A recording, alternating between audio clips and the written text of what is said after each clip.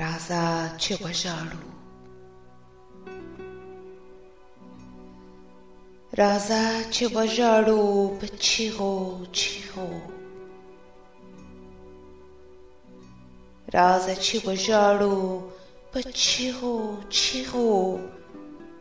دلته خو نور څه د خندا لپاره پاته نه دي،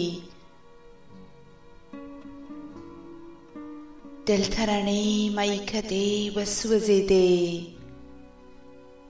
دلته نشې په ویر بدلې شولې، چې د مستیو هنګامې وې پکې.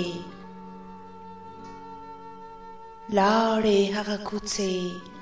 شډلې شولې، دلته وحشي بادونو ټول ګلونه ورژول، دلته ترخو سیلیو شنه باغونه وسوځول، چې ستا راتلو ته یې شېبې شمېرلې، چې ستا پلونه یې په عطرو وینځل. هغه تنکۍ تنکۍ غوټۍ بهاره پاته نه دي،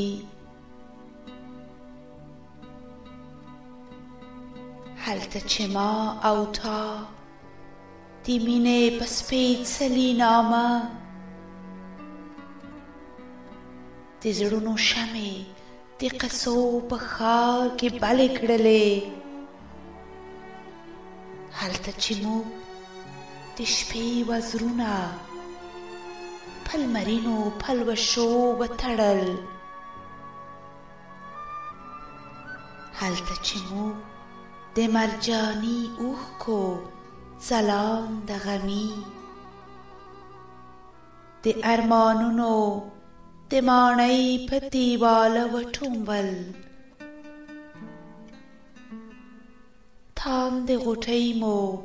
د وږمې په لار کې بلې کړلې، کودړې هم اوس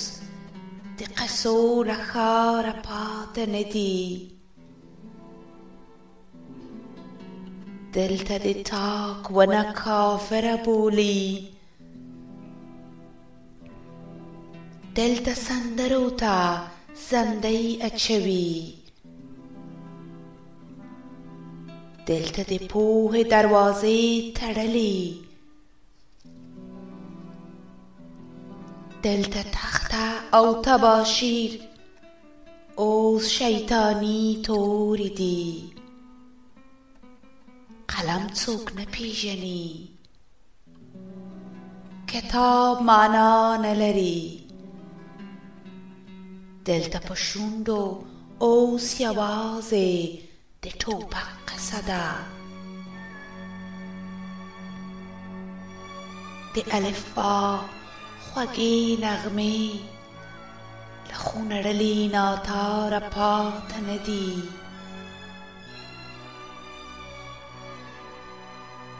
هغه د کلي سپېدار او هغه جګې د چنارو ونې چې یې سرونه رسېدل تر شنه آسمانه پورې، د مجنون ولې غوندې اوس یې سرونه په پښو لګېږي، اوس هغه صبر قامتونه یاره پاته نه دي. راځه چې وژاړو، راځه چې وژاړو په چیغو چیغو.